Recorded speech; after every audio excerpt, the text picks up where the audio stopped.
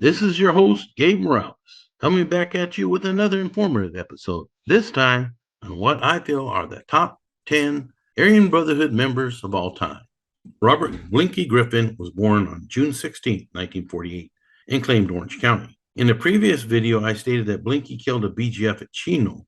I'm not sure how that mistake occurred, but I had been talking just a few days prior with a former California Gang Task Force member about a rumor that Blinky wanted to kill BGF shot caller Fatigue Carter. That's probably where the error occurred. Actually, Blinky and Junior Snyder killed T-Bone Gibson at Chino, who was considered an AB associate but had badmouthed the gang.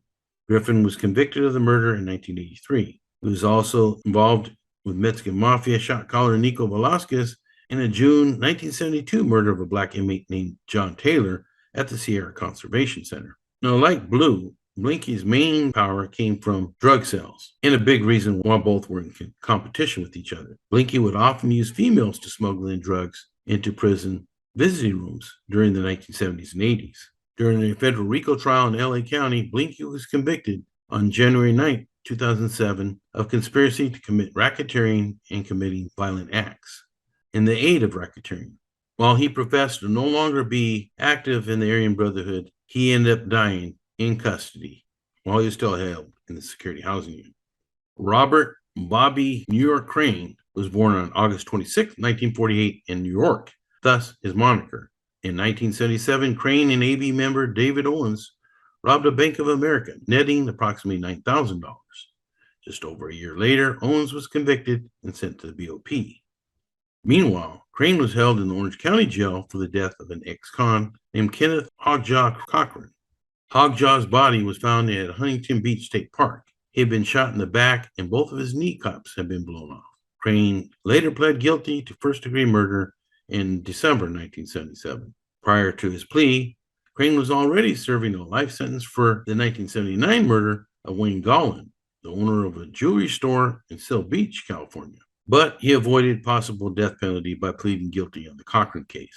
Crane was then sent back to Folsom Prison, where he was a fixture for many years.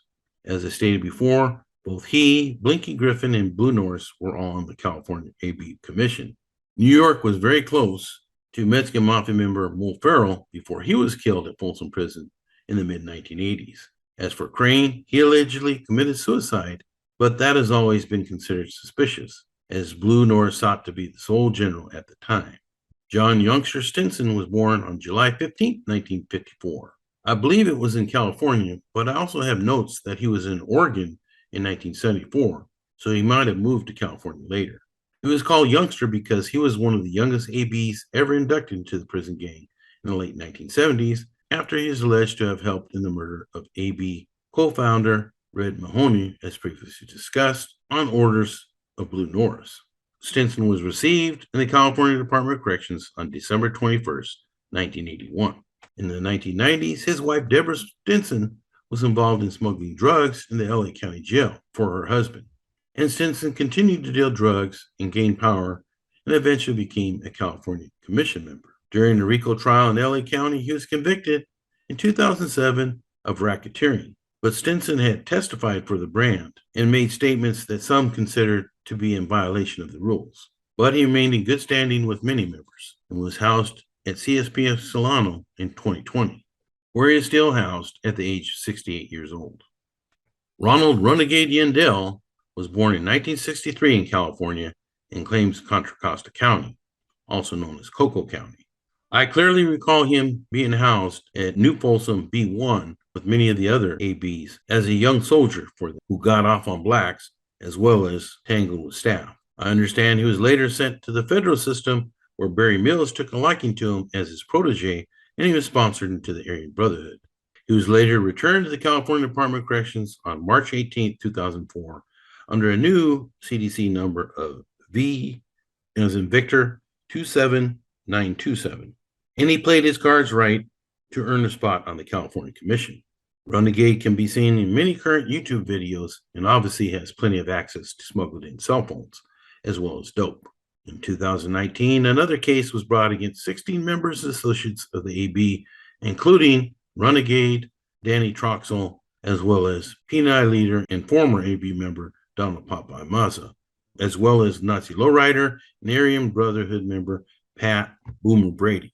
Prosecutors describe how Yandell was released from Pelican Bay and returned to New Folsom Prison, smuggled in cell phones, and ordered AB and associates to build an army to do the AB's work and to counteract against rival groups such as United Society of Aryan Skinheads, or USAS, Golden Gate Skinheads, American Front Skinheads, and the Wolfpack, all which had united against the brand. The AB were charged with 5 murders committed from 2011 to 2018 and other crimes, which included murder of inmate Zachary Scott at Salinas Valley State Prison, who was killed by Brent Two Scoops Daniel. AB were also charged with attempted murders as well as drug and contraband smuggling. Court documents show the Aryan Brotherhood openly discussing business on phones and working with guys like Mexican Mafia member Michael Mosca Torres. Donald Popeye Mazza was charged with agreeing to kill AB member Michael Thumper Tripp on orders from Yandell. Meanwhile, Mazza tried to get released on the grounds that he was at risk from catching COVID-19 and that he was now a reborn Christian. Mazza ended up agreeing to testify against the gang in order to receive a lighter sentence. In addition to Mazza, another P9 member that was caught up in Yandell's thirst for power was a called hit on Matt Psycho Hall, who later fled to Costa Rica. Hall hung himself in his jail cell just hours after his capture, adding more drama to the case. It appears that Renegade will likely continue to yield power whether or not he stays in California or is sent to the BOP. And cleaning up my list is Todd Ashker, who was a very active AB member that I knew way back in 1987, when he had participated in the murder of Tall Dennis, aka Dirty Murphy, that year. Murphy was stabbed a total of 26 times on orders of Blue Norris for failing to give the AB a cut of his methamphetamine business. Now, Ashker has disputed that he was ever an AB member and says that he just did whatever he had to survive. He was known as a very notorious pro se prison house lawyer and won several successful lawsuits, including a major lawsuit that severely impacted security housing units in California.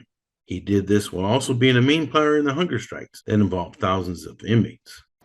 I'm certain that the purpose was because when I was in that pod, I was with other prisoners who we're the ones who formed what was known as the Pelican Bay Shoe Short Corridor Collective, which was a prisoner class human rights movement seeking to expose the torture of long-term decades housed in SHU. And, you know, it was well known that I was one of the main catalysts for the creation of that group, and all the writings that were put out in public describing our complaints, and in order to educate the public and other prisoners about what's really been going on in this California system in these SHU units for close to 30 years. And so that was an opportunity for IGI and probably the administration to separate me from the other main representatives in this coalition. Number one, the cell that they put me in D4 when they first put me over there in September of 2012 had a Lexan covering, which is a plexiglass covering over the entire front of the cell. And that makes it a lot harder to communicate even with other prisoners or staff in the pod.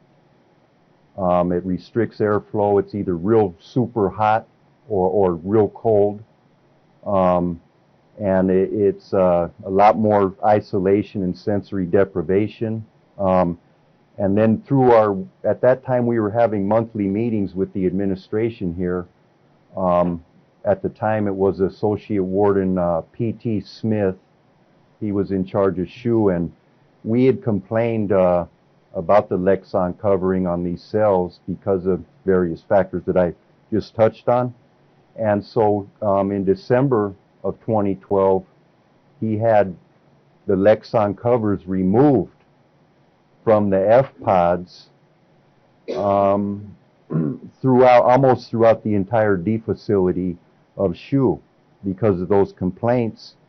And, you know, recently, just like on October 31st, that Lexon was placed back on the front of our FPOD cells. But in response to your question, you know, this disrupted my ability to work with and communicate with the other main representatives involved in our collective prisoner human rights movement. And that was the purpose. Even though he helped free many of his brothers from the SHU, he says he was tricked by an institutional gang investigator into signing some debriefing papers while he was on psych medications. He later refused to proceed with normal dropout paperwork and processes and was placed back in isolation. But his reputation was already damaged, and he was placed on the AB hit list. He once told popular YouTuber Powder that Powder needed to understand that there was only one prison gang that called the shots for white cons in California, and that was the AB. And indeed, Ashker understands that better than anybody. My understanding that he's still trying to clear his name and stay alive under threats from an organization that he sacrificed so much for. And so there it is. Those are my top 10 ABs of all time. Let me know if you have some others and why that is in the comments. This is Gabe Morales signing off. Gangsters, cops, and politicians.